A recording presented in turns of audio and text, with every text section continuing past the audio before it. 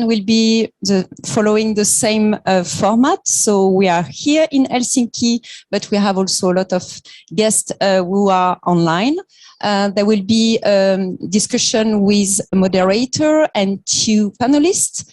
And after there is a possibility of Q&A here in Helsinki and of course online. And if you do it here in Helsinki, it's also important to introduce yourself also for visual impairment person and also to introduce eventually your organization. So I'm very glad now to leave the word to Marta Kiel, who will be the moderator of this session. And you will have like 2 speakers, so I'm sorry for the pronunciation, Hege Narvik-Sande and Abhi Tariq. Enjoy the session. Thank you so much, Marie. Very warm welcome to every one of you being here with us offline and for the ones who are joining us online. I'm extremely happy to be with you today and with 2 wonderful speakers that we will delve into the conversation with in a second. But before that, I will very shortly introduce myself. My name is Marta Kiel and I'm an independent performing arts curator based between Warsaw and Utrecht. My pronouns are she, her. I'm a white woman in my late 30s. I wear glasses. I have kind of blonde hair and I'm wearing a kind of gray shirt. And maybe before settling the ground for our conversation, I would like to share with you the context from which I speak in order to situate my view and my perspective on the topic we will touch, which is the digital international professional development. So in a way, it's of course a continuation of what we have been talking about already this morning, but focus mostly or broadly, not only on the artists, but mainly on artists, art workers or art practitioners. And from my own perspective, as the event curator that for many years that was raised in Poland and for many years have been based in Poland, that transnational activity was always key or was always something that would keep me standing, especially in the recent years, where the local background became quite hostile. And therefore, the online encounters or educational platforms that were possible during the pandemic was the way to keep standing, if you like. But also, I would like to bring here another perspective on that. I think that very possibility to somehow stay connected, but maybe not necessarily always build new connections, was really important during the pandemic time, but also it created a lot of hopes, if you like, or desires or wishes and dreams. And I wanted to quote here a South African choreographer and activist, Mamela Nyamza, who said, it was during the pandemic, during the wonderful conference, How to Be Together, organized by Zürich Theater, Spektakel and Tanz im August in Berlin. She said that the dreams that we are asked to dream and that remain as a kind of unfulfilled promise may keep haunting us.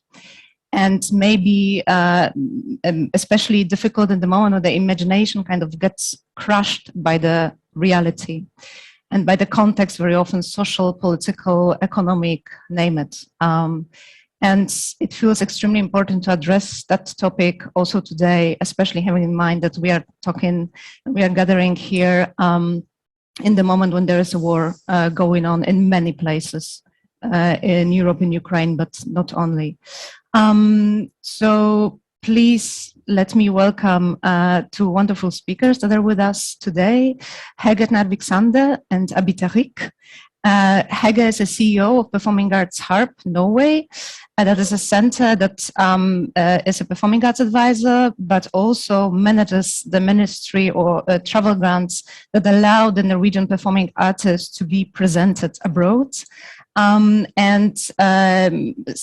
has extensive experience in organizational development and also in political advocacy. And I guess that might be also a very interesting point to address today, not only to maintain the international connections and transnational collaboration, not only to create conditions for the artists to be welcomed and presented and received not only in their own local context, but also the way how to advocate for that.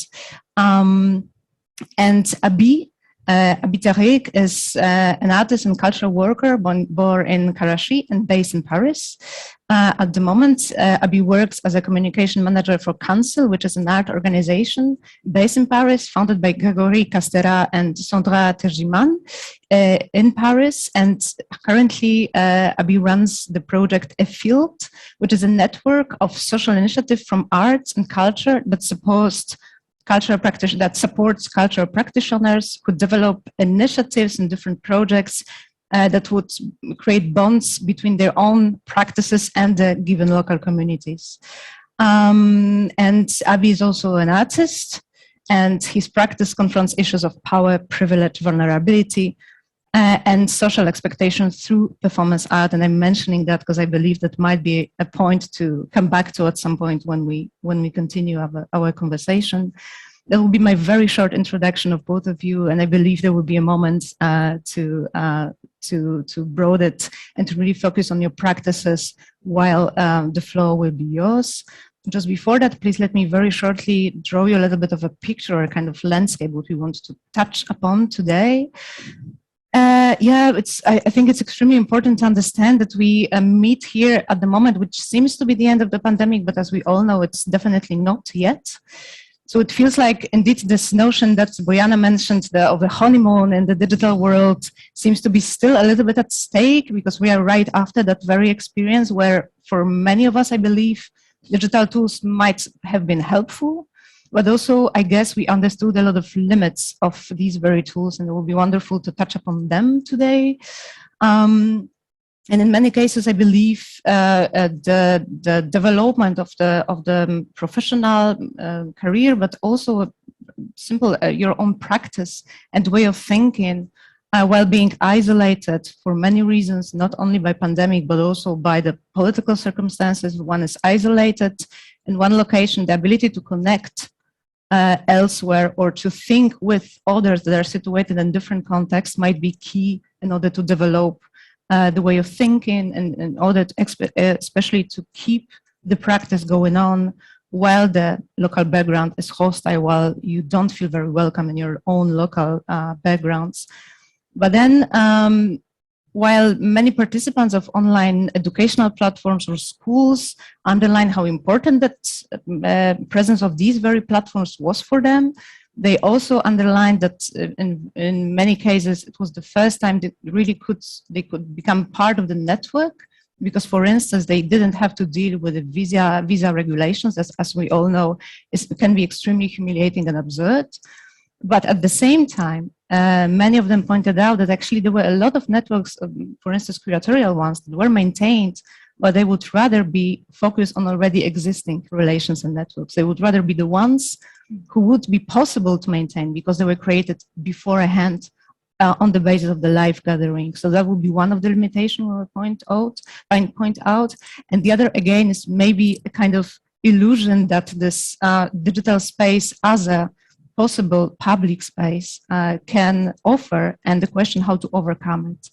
And in order to address it, I would love to start a conversation with the first question to both of you that is focused on the needs. So I would love to learn and to hear from you whether there are any particular needs expressed by the art workers, art practitioners, related to the development of their practices, any particular needs related also to the development of their competences that you identified during the last year, 2 years, or before, something you would like to build upon, and whether there were any urgencies that shaped these very needs, or whether there were any urgencies that would shape particular competences that we might need at the moment. Abi, would you like to start? Sure. Thank you, Marta. Thank you, On the Move, for the invitation. My name is Abi Tariq. I am a brown-skinned man in my early 30s. I'm wearing a white shirt, and I have long dark hair tied in a ponytail. I go by he, him, or they. And to answer your question about needs, what I noticed, mainly in terms of this kind of political turmoil and then COVID on top of it all, was the need to have a political stand, to take a position, because which I think Alma mentioned earlier with the project around citizen journalists. A lot of my role as community manager, as communication manager, became almost like journalism. I really had to think about what news I was putting out there and where we were like situating ourselves. So that's one that I think is quite evident and still is, and I think that's something that continues. We've become like, it's heightened, that idea of needing to position yourself somewhere or not, and when you don't, then that has consequences as well. Apart from that, again, I think something that was mentioned earlier, I think this idea of recognition and solidarity. So it was again heightened during the pandemic, this feeling that people who are working locally somewhere in the world, confronting a social issue that is very present for them, may not have a network or somebody else supporting them elsewhere. So this has existed before the pandemic, but I feel like the pandemic heightened this, where it became really apparent that, you know, somebody on the other end of the planet reaches out to you and has a conversation and is really interested and supportive of what you're doing locally, which that kind of support you might not have locally. So I felt like that was something that was heightened. And then the other thing I think was the reassessment of the way that we look at time and efficiency. A lot of this, people's kind of daily lives and other obligations were pouring into the Zoom calls, and so it became really apparent that flexibility was this new keyword that everybody had to use. And you know, we just allowed for babies on screen and you know, things to not follow. I think everybody became really okay with not knowing also, because there was so much of like not knowing what the next step was or if things were going to be possible. So I think those are the kind of key aspects that I would highlight, and maybe pass it on to Hege. Yeah. Thank you so much for the invitation. I'm Hege Knavik Sande, and I'm a woman in my beginning of my 40s. I have silver hair and blue eyes, and today I'm wearing a white shirt. Yes, I totally agree with you, Abi, for what you're saying here. And for us, and from the organization perspective, I would say like for the 2 last year, we've all been like a survival mode. And I think we all had a huge need to maintain our activities and also to stay in contact with our colleagues, but also be a part of communities, to share knowledge, but also to get comfort and support, because it has been a time of crisis. I think that's important to say. And it's been a crisis, especially for artists within the performing art and for music, because these are art forms that are live. And both these sectors has in principle stood still for 2 years. They have not been able to perform or practice their profession. And I think that's also important to think about. But that also means that we, in the last 2 years, have experienced an enormous transformation. And we also identified a strong willingness to change into using digital needs, digital tools. And this transformation I also experienced in my own organization. So I'm going to talk a bit about my work, and our main task in PAN is to give international mobility opportunities for Norwegian artists. So that means that we fund and stimulate the possibility for Norwegian artists to have touring opportunities international. And of course, you all understand that that has not been possible for the last 2 years. So we could not work in the same way as we used to. But we really try to transform the way we worked as everyone else. And it was very important for us to maintain the relationship that we had internationally, because these relationships we have been building up for several years. And it's also important for us to maintain this relationship for the artists, so that we can go back and actually start touring again. We also have a traveling funding that we changed to fulfill the needs for the Norwegian artists. So we have a traveling funding that we also transformed into digital touring, that they could apply for funding for digital touring. And of course, that also was something that happened for the last 2 years, that artists started presenting their work digitally. And of course, that also identified some needs, because it's hard to become a filmmaker from one day to another. So if we're going to talk about what we identified as like needs, are we there? You want me to go further? Yes, please go ahead. So then we need to develop skills to actually do this, to actually present something digitally. And that would mean you need to understand, the last panel was talking a bit about it, that you need actually to present something digitally. And that is our own skill. You also need to have access to equipment to do it. And for our independent artists in Norway, or I would say everywhere, you don't have access to that equipment. And you might not even have access to a place where you can borrow that equipment. So of course, that is a need that we identified. Yeah, I think I can stop there. But yeah. Thank you so much. Thank you, Hege. Thank you, Abby.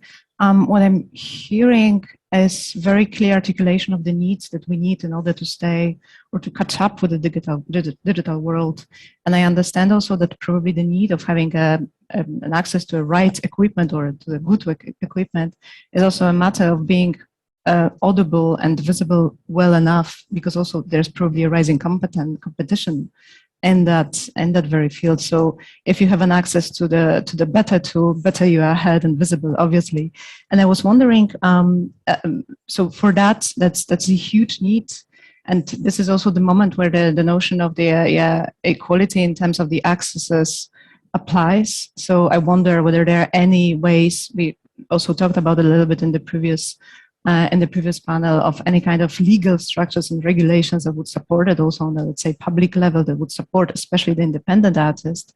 But there's also another layer that I found extremely important in what you were mentioning, both of you, which is the notion of the maintenance of the relationships that happened during the pandemic, and also this need to take a political stance, like to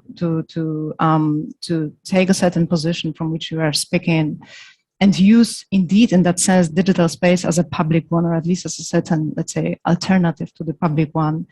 And I was wondering whether you could identify any elements or any particular features that made it possible, any particular tools, something that you feel was helping for both of you when it comes to maintaining professional, but I guess also very human relationships with your peers and colleagues. So I'm gonna answer your question, but link it to something that's been said. So in the context of a political situation, for example, I'll give a personal example that I think was very pertinent. So the war in Ukraine started, and I'm a Pakistani person living in Paris who refrains from indulging in much political stuff based on my own personal history and the current legal status and passport I have and stuff. So for me, I really didn't have a position in this situation, and I didn't know how to offer anything. So for a few days, I was really kind of walking around, feeling all these things, but not being able to do anything. And I got a phone call from my Polish friend. And this is where I think is really interesting, this idea of maintained relationships that you have that end up facilitating a different contextualization for the issue. So what happened is my Polish friend calls me because the Polish people were so deeply implicated, saying, hey, Abby, you're in Paris. I've got a network. We're looking for places. Can you help? And she just plugged me right in. And all of a sudden I had a position, and I knew that, okay, here's what I can do, and here's somebody who's given me a context in order to actually do something about it and have a position, even if like, and so I got removed from the equation and I just got plugged in. So this was very somehow in a roundabout way trying to answer your question about this maintaining relationships and how this became a tool somehow, this earlier relationship with somebody that became a tool. And then I guess this isn't the bit about what worked well, or is it? Because this is more about tools. So I'm going to maybe pass it on. But maybe just one additional question to what you just shared, which is a beautiful example. But again, I'm wondering how much it was possible because you had already some connection beforehand based on the live encounter, and whether there would be any examples of the solidarity of maintenance that was possible and that started over the digital world. Right. Yeah. So with the Field, so Field is a network of socially engaged practitioners who've taken a step beyond their own practice in order to confront a social issue somewhere in the world. And we're essentially a grant that was given to 3 people. It's a horizontal nomination process. So every year there's 3 people joining the network, and they're really high caliber people, like doing or who've already set up initiatives that are already making a huge difference. So it's more about recognizing these people who've already made a huge change in a way and just saying, keep going, we're with you. So what happened right as the pandemic hit was that, so this was just a network. And these people didn't really know each other, even though they felt like, okay, we're in the same network. But the pandemic, right as the pandemic started, we started something called the Kitchen Calls, which became this monthly call where the whole network was invited to just come online and exchange and share knowledge. And this continued forward now, even though at a reduced frequency, because things have come back into real life things and people are more busy again. But basically, this kitchen call, it became a space to share political ongoings. So the Kazakh contingent showed up and talked about the Kazakh situation that happened. And so every time that kind of thing started happening, but really during the pandemic, these kitchen calls allowed us to witness the network growing into a community. And it really, this was just clear as day. And all of a sudden, we start to consider each other friends, even if we've never even met each other. But now we started producing more media elements. I think this is also interesting. Everybody started producing more videos and started maximizing media output, because that's what we could do with the reduced budget over Zoom calls and stuff. So this, I think, Kitchen Call was really something that kind of embodied solidarity and has now led to this community really feeling like a community who are now working towards an event so they can all meet each other. And now whenever I meet somebody who I've already worked with for the past 2 years, but I've never met, it's like, oh my God, you're shorter than I expected, or oh, you're really tall, and I feel like I already know you. And so this has been really positive in that sense. Thank you so much for sharing that. Hege, would you like to share some example of a maintenance that was possible? Yeah, I can talk about some of the activities that we did. But that would be an example on maintaining with our relationships. And that would be, we some of the things that we do is to have trade missions, that we travel with the delegation of Norwegian artists to a marketplace and present the Norwegian art. And we have this huge event in New York every year.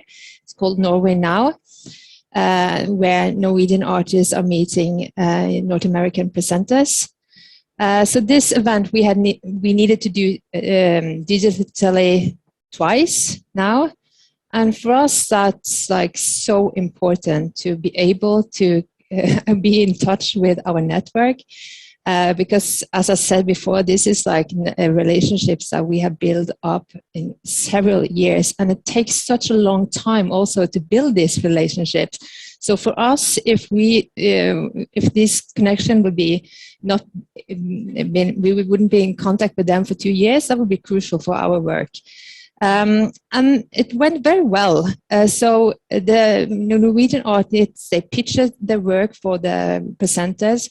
The things we also put out the event digitally on YouTube, and the things that we could see is that we actually we got a broader audience. We reach more people. And of course, things that we don't know, that we don't have knowledge on today is if it actually succeeded in more invitation to touring. I don't have the answer to that, but we definitely maintained our collaboration and the relationships, and we also reached a wider audience. Yeah. Thank you so much for that. And I'm also wondering, because what I'm hearing is a lot of effort put into creating a space where the exchange is possible when in the offline world is absolutely not possible at a particular moment, or is very much restricted. And I was wondering, what do you think? What made it possible? Like, what did you need in order to make possible either the maintaining the relations with the artists who couldn't tour at some point, but still wanted to get in touch and continue the relationship with possible curators, presenters, or what did it mean to create a space for the kitchen call? Like, what made it possible? Like, what kind of attitude, what kind of competence? Is there something that we could also maybe think of as a lesson to take with, for instance, maybe to give an example of a situation I personally experienced, maybe that would also help to situate yours. There will be the moment when we stopped, and that refers very much what you said, Abby, about the efficiency. So that was the moment when being involved in different projects, at some point we realized, okay, we really have no idea whether we will end up with any kind of product or outcome after that. What we need is a space to exchange no matter what, or even if it's a little bit awkward because we don't have an agenda of that very meeting, but we open the space. There is this project I'm part of, Advanced Performing Arts project, where we actually created this kind of campfire talks with the artists who were new to the network. So that felt very similar to your kitchen call. And I wonder, what do you think, what kind of competences or skills we need for that? I'm also thinking about what was mentioned already in the previous panel, like, for instance, the patience or ability to listen, and maybe time. Is there anything that recalls with your experiences? Yeah, absolutely. I would say time is really the only thing I have to talk about here, because I feel like our notion of time changed then and has kind of changed again now and continues to change, because at that time of the pandemic, I think people just had more time. So, you could be in the room with important people that you couldn't find time to meet earlier, for sure. But also, I think that I remember we were having them regularly every month, and then eventually we had to reduce them. And I remember at that time they were longer, they were an hour and a half, and we were also like, I was programming, like stretching and like, not exactly, but just like animating it and finding ways to fill the time and think about the fact that people are at home and they're stuck at home, and which now is different, right? Because we're not stuck at home anymore. So it's the shorter thing now, and people are coming and going, and I feel like people were just more present then because they had the time. Isn't it a thing that everybody started cooking during the pandemic? And, because people were just at home and they really they had a little bit more time somehow. We weren't commuting as much, and we weren't traveling. So I think time was really, our perception of time was really key to making this possible. Mm-hmm. Yeah, and we had a meeting before this panel. We shared some personal experience, and it's like that in my job as well. I'm often talking with politicians, and during the pandemic, it was so easy to get in touch with politicians. They were just sitting home and taking every call, and but now that's totally different again. So I definitely agree with you that time has been, and will probably be a challenge now when everything opens up again. But of course, regarding your question, it definitely needs skills to present something digitally. It's a totally different thing. And I'm not sure, I don't think that we did it our best. I felt like we were in a survival mode, as I said. But we are a part of a EDU or Erasmus Plus project now that's called the Digital Leap, which is a program that we're trying to get more knowledge on how we will present something digitally, and what kind of different tools that we could use to present performing art digitally. So this is a super interesting project. And yeah, I guess more projects like that we need. And it's also like important to have like conversation and conference like this, that we go back and reflect, that we not just now move on, because it was a lot of things that was going on these 2 years, and it's a lot of different platforms. We have all different experience. So that's also important to identify all the digital tools that we used. Yeah. But from what I'm hearing from both of you speaking, it feels really like time is key, but also a time that we are kind of deprived of at the moment, being in a way able to continue to business as usual. And I wonder what's the way not to continue business as usual. Probably one of the strategies is to address the way how we are assessed, how our work is being assessed, right, by the funders or by the decision makers. And I wonder whether you know any examples or initiatives or a dialogue that would take place on that very level, because it really feels the need for change has to come as a grassroots movement, but it won't be able to make its reality if it's not addressed on the level how, for instance, we are assessed at what we have to do in order to continue the practice or receive another fund and so on and so forth. That's sometimes can be a vicious circle, right? So I'm wondering whether you see any initiatives that would continue that would sustain with the time that is not necessarily oriented towards the production immediately, whether there would be any educational, for instance, projects that would continue this way, or maybe that's the way how a field is developing, or how do you see that?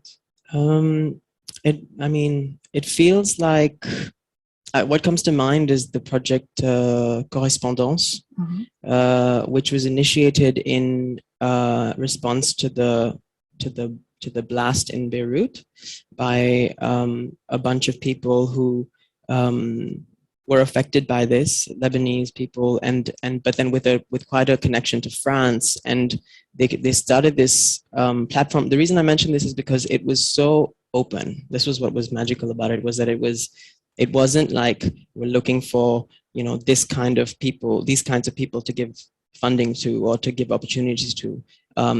It was just like people in Lebanon, artists and cultural practitioners who need anything can apply for anything, for however much, from it, you just express your desire. And this goes back to what, again, Alma was talking about, this idea of like oxygen. It was this idea that they just needed oxygen. They just needed something, anything they needed, whether it was a camera or whether it was like a relationship with somebody, or whether they needed to fly somewhere, whether they needed a residency. So it was just a space that was created, a platform online where Lebanese artists, and it was circulated through word of mouth predominantly, and people just found out about it and got on there and asked for whatever they needed, and then kind of case by case those things were met.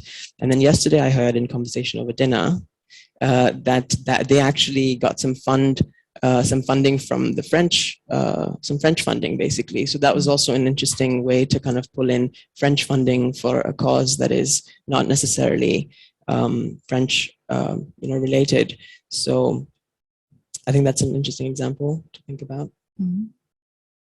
Can you say your question? Of course, I was wondering whether, there is a way to sustain the initiatives or that were created in a way in the survival mode, or probably Correspondance is also an example of that, as an answer to an emergency situation. And it feels like these are the moments or the kind of ruptures of the everyday pace, right? Of the ongoingness of the constant production. And as we all know, very often it's an overproduction.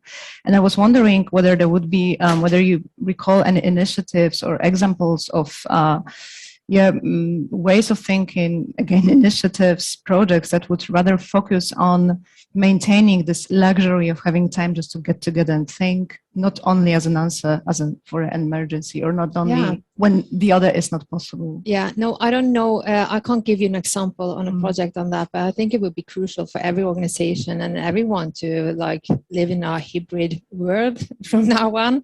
And of course, that means that you need to have skills. You need to make sure you have fundings for that artists could produce something digitally.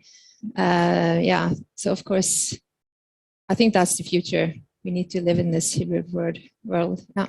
And it feels also that probably we have to think about the multitude of voices here. I mean, with the singular voices, we will not probably make that happen.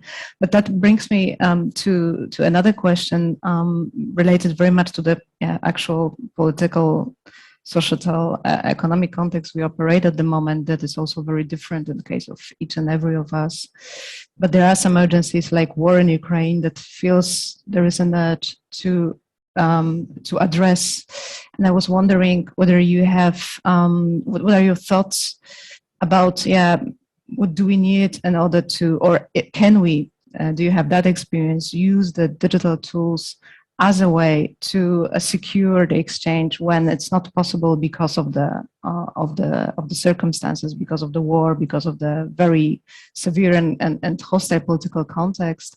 I'm asking that question also because knowing that there is a lot of ambiguity in that very one, but also because I really feel we are in a moment where, we might tend to think, oh, digital will kind of save the world, but we also probably know already it won't, or it might be very helpful, but to the certain extent. And I wonder, how to grasp it, how can we make still use of it, and what we should forget in order not to end up in this haunted, unfulfilled dreams. Yeah, that was a big question. I think that like using the digital tools, and they of course can. You actually had a question for us. You said we're on the fourth now, right? Yes. How can digital use help to secure free exchange? You asked us, and that question made my brain boil a bit, because that is a huge question. And I think that, of course, if digital tools are going to save the world, that means that we need to make sure that everyone has access to it. That you need to have some basic, everyone needs to have Wi-Fi, everyone needs to have computers. And of course, we know that not everyone has that. I think also that, but this new digital world could also help us with access in removing financial barriers by traveling, for example. It could also be easier for people to connect time-wise. It could also assist with translation or like language barriers, and also disability barriers. So it's a lot of barriers that could be solved digitally. But when you asked this question, I also wanted to talk a bit about the ideal of a free exchange. And I told you guys that I want to share a story, a personal story. And this is a story that happened to me like now in February. I'm going to read it because I feel my English is a bit limited and I want this to be very precisely. So I want to share an experience I had in February this year when I went to an art festival in the northern of Norway in a city called Kirkenes, which shares a border with Russia. The art festival is called Barents Spektakel and is built on cooperation with the countries in the Barents region. It's Finland and Russia. And this year's festival had a title, Where Do We Go From Here? And was reflecting on the 2-year close down between these countries because of the pandemic. The pandemic had really made it difficult for the festival to maintain artistic collaboration with Russian and Finnish artists. And still at that moment, the border was closed. So the festival program had a lot of digital talks with both Norwegian and Russian artists. This festival, it opened the February 23rd. And the next day, Russia went to war against Ukraine. And the festival continued as planned. All the conversation continued as well. But we were not longer talking about the pandemic. We shared the grief over the invasion of Ukraine. And those days felt like the last day we had like an open and free conversation with the Russian artists. And the final artwork at that festival, everyone traveled to the border of Russia to experience a work of art where 2 artists on both sides would send sound signals to each other across the border. And a sound signal was sent from the Norwegian side, but there was no response. And just one day later, we learned that Russia censored social media platform, and you could risk 15 years in prison if you spoke negatively about the invasion. And I want to share this story because it made a huge impact on me, but also it kind of puts out address that digital tools for free exchange, you also need to have freedom to speak. And that will also be some of the basic that we need to have in the world. And do you see any, let's say, dark web, outside official channels that may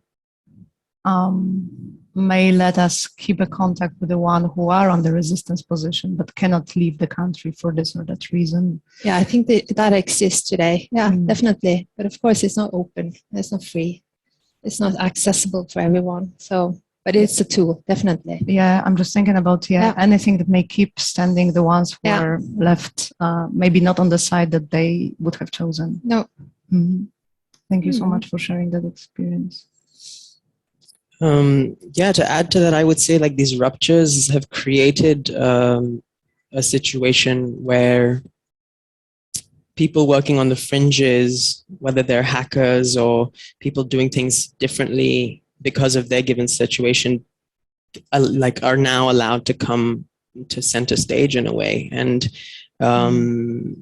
so all these alternative realities that people are trying to build are all of a sudden very interesting for us to co-opt and make the mainstream again. The way that the whole thing is set up, the structure that is capitalism that we all are deeply entangled with. And I mean, so I'll link that to the idea of the roots. Which I think that they're often overlooked, and we don't often enough talk about the funding bodies and how they are actually ruling the show, or when we talk about internet and access and we say that everybody should have access to internet. I mean, we are rarely talking about the very few telecommunications companies who actually own the internet of the whole planet, and how how that is a monopoly in itself. And if we're going to talk about the dark web and stuff, then there's just so much that we don't know, and that's not transparent there. So this is why people working on the fringes, I mean, I read something yesterday that about the blockchain and NFT and this whole new world came from, or a lot of it came from exactly this kind of investigation that people on the sidelines were doing kind of illegally, let's say, and now all of a sudden it's very interesting for all of us to talk about NFTs and blockchains and how it's become useful for us to think about organizing differently and imagining a different reality. And then that, along with, I would say, the title of this event that you mentioned, like, where do we go from here, I think is also very on point, in the sense that we were asking the same questions. We developed a study program where we took the opportunity to say, okay, well, if our network is growing by 3 people every year, what about these other people who almost made it? What about the short list of 12 other people? And so we created another moment of like a study program online, which we're continuing this year. And last year it was called Together. And it was really asking this question of like, what can we do together, with 3 different angles. And this year it's about the construction of ableism. So I think these questions of taking language barriers. So I wanted to mention that there's one of the limitations that we experienced through this entire process was language. As much as the network became a community and we, so many things flourished, and we all of a sudden, literally a field became independent over it was just a project, and now it's like kind of an organization. One of the main limitations was language. We realized that we were just functioning English, and we weren't really opening enough to allow for our Spanish contingent and for our Portuguese contingent to show up. And so then they just wouldn't show up. So, and now, you know, and I think these are the kinds of things where that rupture creates the possibility for us to be like, oh, wait, this is where we can improve. And so then, you know, we're slowly trying to integrate, to improve our practices, and care more about otherness and how to integrate that into what we do to make the plane more horizontal. Thank you so much for sharing that.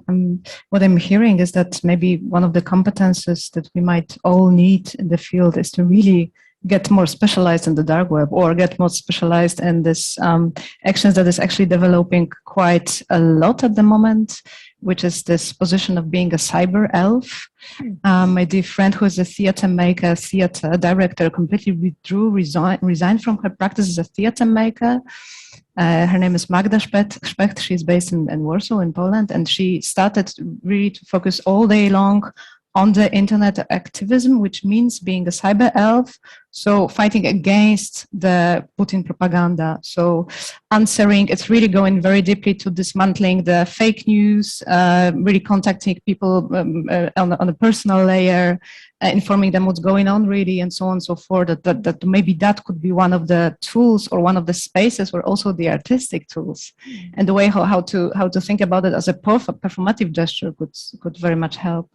But at this moment, I would really love to open the conversation to our audience, both here present with us and online. Do you have any questions or immediate reactions towards that? Yeah. I have a question, and I have the microphone. And I would love to invite you to say your name, describe yourself, and say what's the organization you might represent.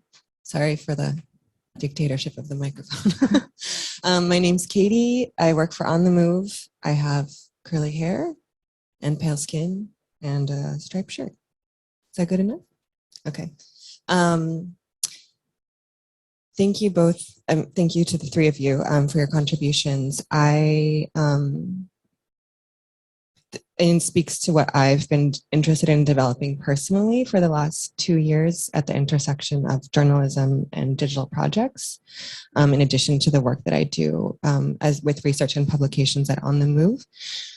And this is, I apologize, I'm one of those comment instead of questions people today, but I have to say that what I've observed personally and also in discussions with other people is that there's been a real resistance to the idea of how much these projects can cost in terms of time and investment. I think that also generationally, the people who are really tasked with upskilling themselves digitally are people who are younger in these spaces. So people who are broadly are already dealing with all kinds of structural issues and barriers, including just being less well paid because we're younger.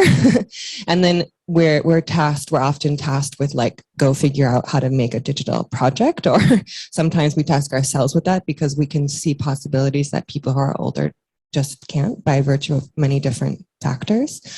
And one thing that I've encountered and observed is we acquire enough knowledge to go to people and say, if you really want to do this well and pay everyone fairly, this is how much it's going to cost.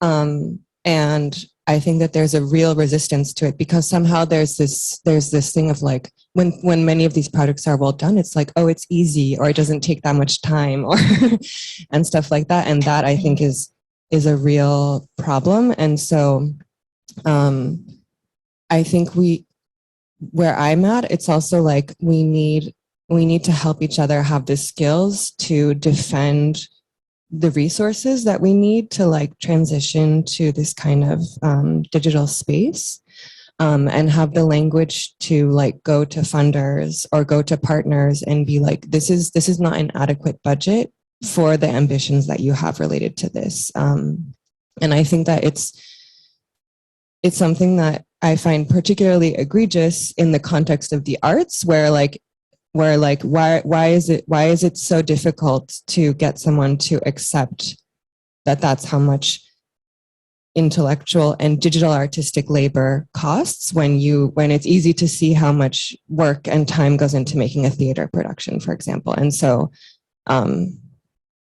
speaking like generationally, I want the people who are in more positions of power, I want us to work together to understand how we can defend the resources that we need in order to upskill and produce things of quality, and not just produce something for the sake of producing it. That because when things are quality, they have more potential to be spread and be impactful, basically. I don't know if any of the speakers want to react to that. We can both react to it. Yeah, no, I totally agree with you, and we can stay here to talk about all the good experience. But I totally agree with you that it's been a survival modus for many of us, and the quality has not always been very good. So if we are going to do this for the future, we need to have more skills, and we need to have fundings for it. Definitely. I would like to. Yeah, I definitely agree with you. I think one of the most important parts of what you've said is that the people in the power positions need to be the ones that kind of hand it forward, that continue to, as we talked about last night, again, at dinner, this idea that you need to hand it forward. You need to like make sure that those, pay people. Make sure you pay people appropriately, and make sure that your colleagues are paying people. And we're all culprits, I feel like, because sometimes the budget is just what it is. And so then you end up outsourcing the work from a different country for the same work because you have to, and you just have to make it work. And but I think the more that we, I wouldn't say pressure each other, but hold each other accountable and kind of support each other in making that happen. I think that's for the people who are sitting in positions of power and then on that note, I would like to share there's an initiative called The Ethics of Collecting. It has to do with the art world and collectors in the art world. And a bunch of collectors have come together to write a code of ethics, and they've based it on codes of ethics that exist in other fields, because there isn't one in the art world. And they're predominantly talking about the ethics of collecting, but it's really they're creating a tool which is open to conversation, and they're happy to adapt it. But this is the kind of movement that we need, especially in the art world, even more than I would say the cultural sector. Because again, I think the cultural sector still has a little bit more structure, even though I think people are still being exploited. And then on the question of quality, I think that on the one hand, we can say that, we want good quality things. But on the other hand, I think it's really fascinating, again, to notice how, somebody making memes 10 years ago that wasn't considered quality. It wasn't considered something interesting or even subversive. It felt like you were wasting your time. Or like computer nerds, or like, people who were spending their time playing video games or making video games. And this was all considered a waste of time somehow in many ways, in many professional fields. And all of a sudden, these are the skills that are now really like, memes are actually a really advanced version of contemporary critique.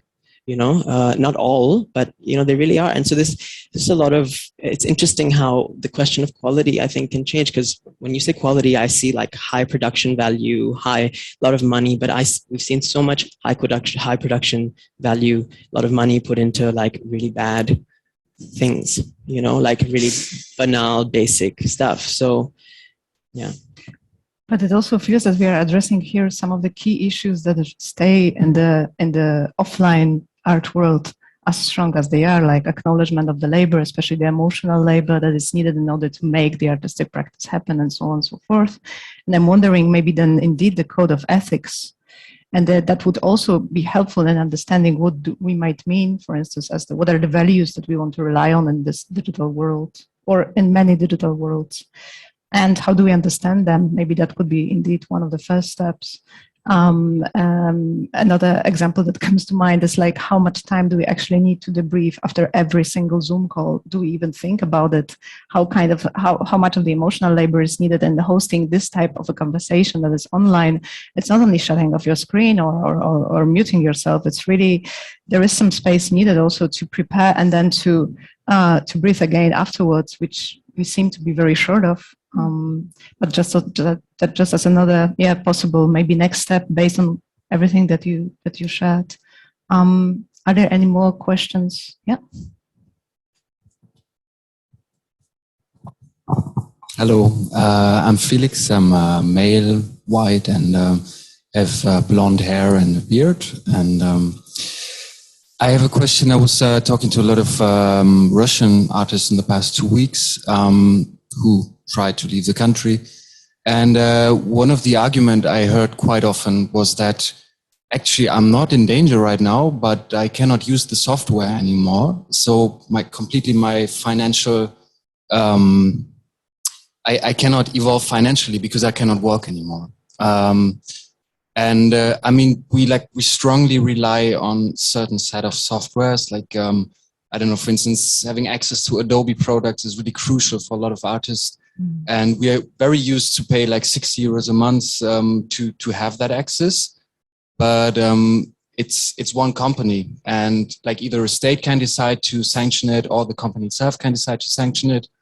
And that made me realize again how important it is to have knowledge on piracy, maybe in a certain way. It's also what you said about like learning the dark web. And on the other hand, it's really important to keep on evolving or like developing open source softwares, even if there's like a main product, let's say, that's really good. It's important to have that open source development going on. And I was wondering if that's actually something that, or what's your opinion about that? Should that be part of culture funding actually, or should that be part of like cultural education to a certain degree? Because right now it's not, as far as I see. Do you want to react to that? Yeah, I think definitely it should be part of fundings to make sure that everyone has equipment to to be digitally. And I guess that's a very special topic example that you addressed there. But the other thing you said, that should it be in the training? And definitely. So my expertise is not visual art, or that's performing arts. And of course, to perform, to film something that are performed live, that needs good skills to do. And if this is something that performing artists need to do in the future, it should definitely be a part of their education. Because it's hard, as I said, it's hard to become a filmmaker from one day to another. And that is basically what you need to be. You need to understand how you can make the virtual experience and use the digital equipment, as you were addressing also in the other conversation. Yeah.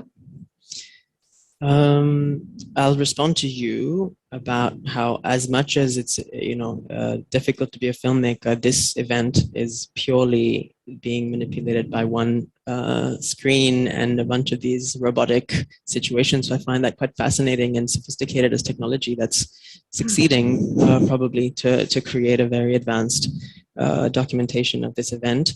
So I think technology, people will argue otherwise, even though I'm not saying filmmaking is easy or anything. But to go to your question, I basically think that, yeah, you're talking about policy and advocacy. And I think that, yeah, if cultural institutions could make it a priority because the question is really about private companies. So Adobe, for example, would, who can convince Adobe to stop being a private company and share their resources with everybody? That's the question. I'm sure somebody can. And who is that person, and how can we? And if a bunch of cultural workers, especially supporting the visual arts, were to come together and push for that, I'm sure they could offer Adobe a deal that would work out. It's just a matter of if we can actually convene to allow that. to happen. I feel like this is that question of hierarchy. People in the position of power are just not here, or maybe they are, but oftentimes it's like those are the important people, and I feel like everybody else, the artist usually, and everybody around the artist are always like, yeah, we should do this and we should do this, and it's like falling on deaf ears usually, so this is a good platform for that kind of thing, I think, and it's important again to just pass it forward, for us to kind of hold on to these practices, to call people out, call your friends out, but not don't like disown them, just we need to grow together and support each other to evolve. But maybe that's also a space for artistic projects, like one that comes to mind is Collectivize Facebook that Jonas Stahl initiated, some Dutch-based artist, visual performance artist. He started this project and he has different gatherings taking place in different spaces, trying to collectivize what we own but don't own, meaning all of the content that we put to Facebook, and he tries to hijack it. And it's one of the main, let's say, features of his artistic practices. Maybe that's one of the examples or initiatives that we could learn from. Is there any reaction? Hello. My name is Hyde Hytti. I work for Teen for Theatre Info Finland. I'm a male, white Finn. I still have some hair in my head. I have a beard. I'm dressing mostly red now. And he or him, because even we in Finnish language, we have only one sex. It's hän. I'm on my 70s, which means that I have a totally analog background. And Hege was giving us an example from Kirkenes. Abi mentioned a project called Correspondence, and Marta told about Magda in Warsaw, about fake news and these kind of things. So the main skill that combines all this is a communication skills. Even we are in a digital or analog world, how to communicate. And because I'm representing theater or performing arts, the communication is more and more important in performing arts. If we are talking about participatory performances, if we are talking about immersive theater, if we are talking about site-specific works, so they are full of communication with audiences, with the local artists. So how to learn more and develop communication? Absolutely. I mean, I completely agree. The communication and managing people, and this is why this kind of makes me think about my artistic practice more than my cultural practice, in the sense that it's constantly playing with behavioral culture and finding ways to think otherwise about how a situation can be. For example, I've been working for many years on a project called the Silent Dinners, run by Honey Ryan, who's an Australian artist. And it's really just that. It's a silent dinner that you have with a bunch of people that you maybe don't know in advance. Usually you don't know them. And what happens there is completely other. And this is actually an experiment in communication. And this is an artistic project that allows for so many other ways of communicating that emerge, which are not, it's uncanny because it's not like okay, how are we going to improve our communication? It's a bit like, what if we remove communication from the moment and create and focus on how else we're communicating without language? The hierarchies are shifting completely. But yeah, I think, I would just agree with you. I think that's a very astute observation, that it has. In fact, I was thinking recently that all the money that I've made in my life, like everything that I've ever been paid for, ultimately, predominantly has been for my English language skills. It's because I write well and I speak well and I articulate myself well. And it's like, and this is just how it all boils down to this. So I think you're really right. Yeah. No, It's okay. I don't need to respond to that. I totally agree. It's very important. Yeah. I saw that there is another question or comment in the room.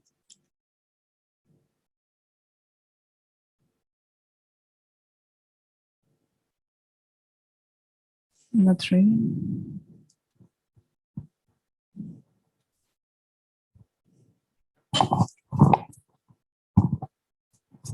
Thank you. Hi, I'm Laura Kangasniemi from the Performance Arts Center in Finland.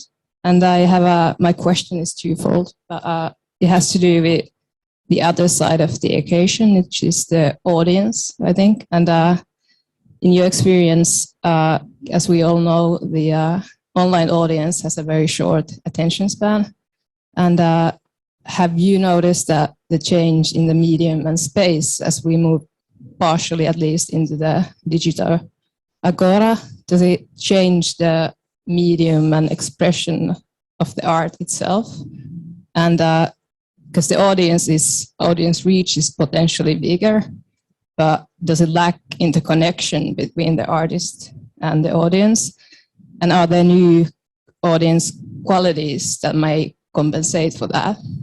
And secondly, maybe especially directed at Hege, that in your experience, can live and performance art as it is now ever truly be transformed into digital space when the connection between live audience and the artist is not there, or is at least drastically different? And I would be interested in hearing if you have any like good experiences when that has been like successfully made. And yeah.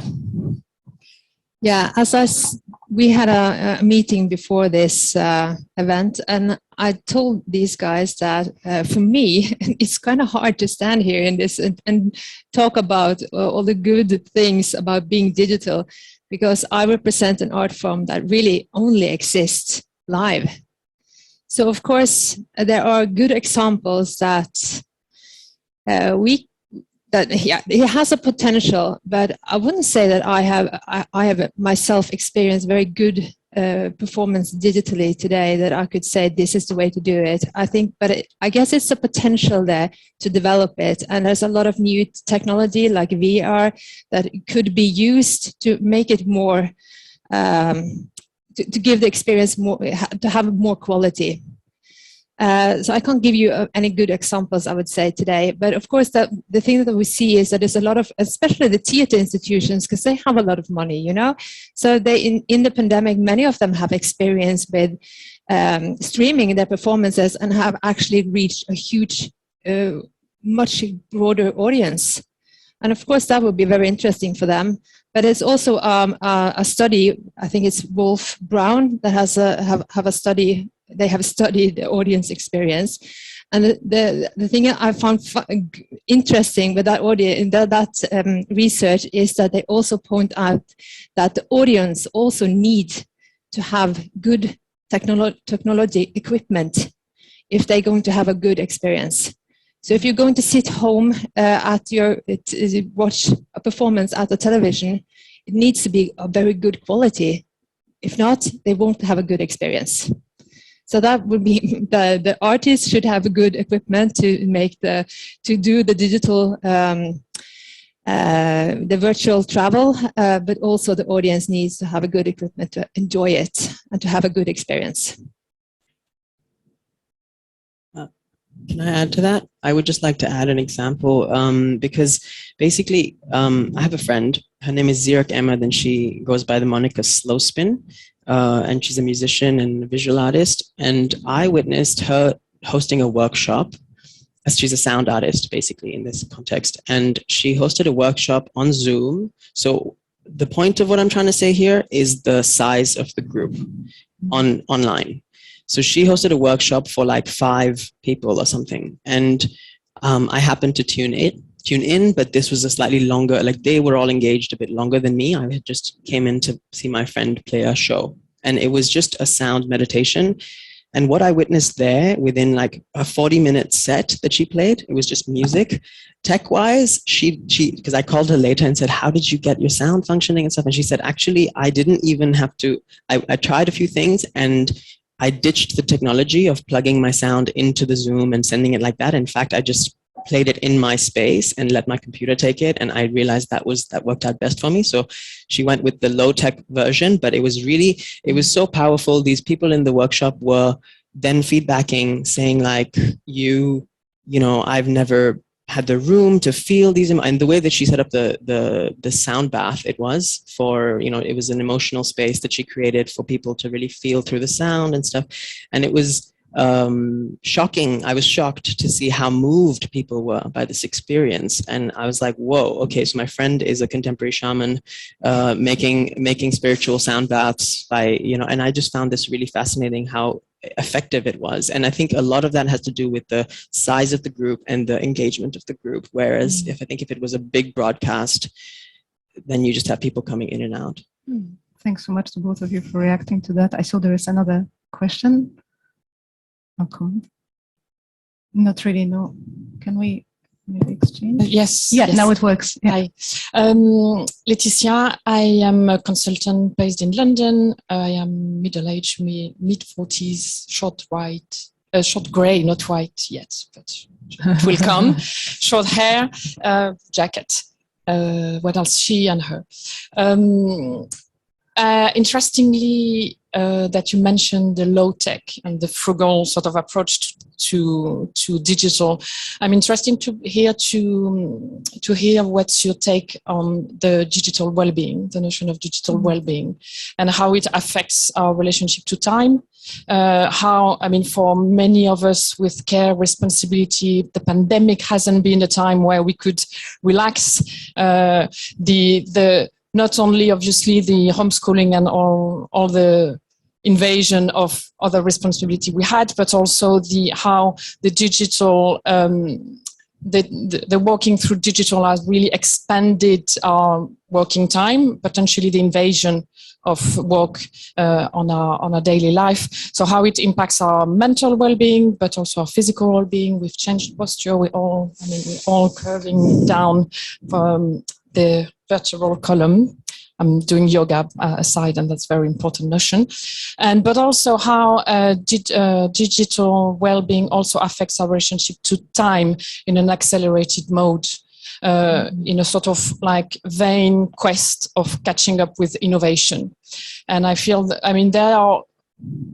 there's really technical innovation that we need to get right if we want to produce really good content. But meanwhile, it puts a lot of pressure on a sector, cultural sector, or every sector to sort of catching up with digital innovation that we will never really, completely master, right?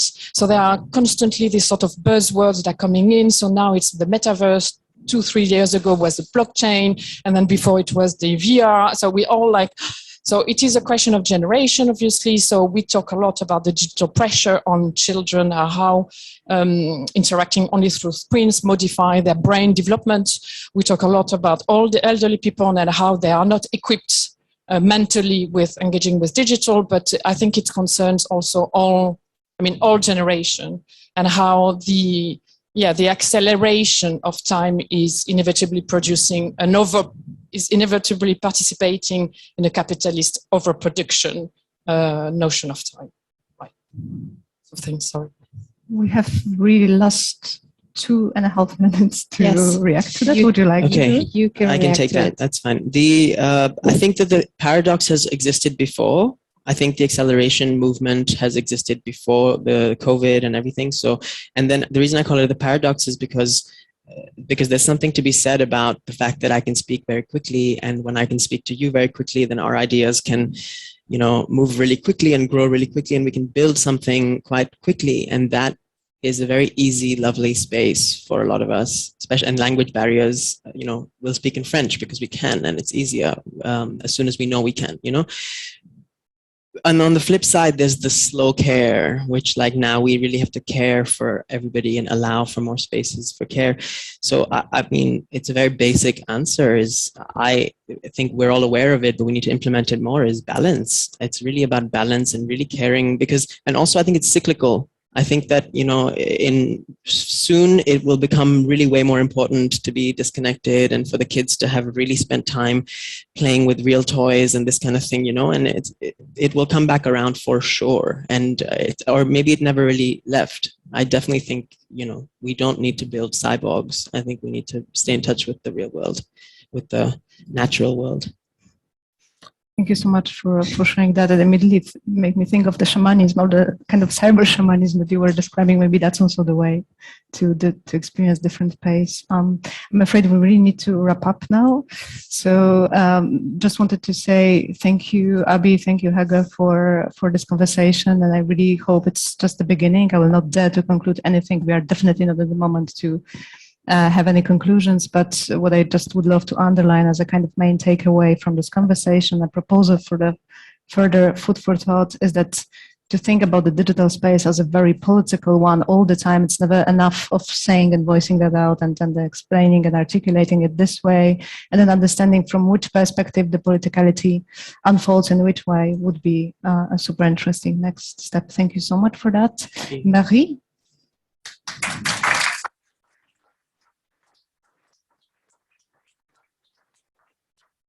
Thank you very much for the three of you and for this very rich panel and also for all the questions that were raised.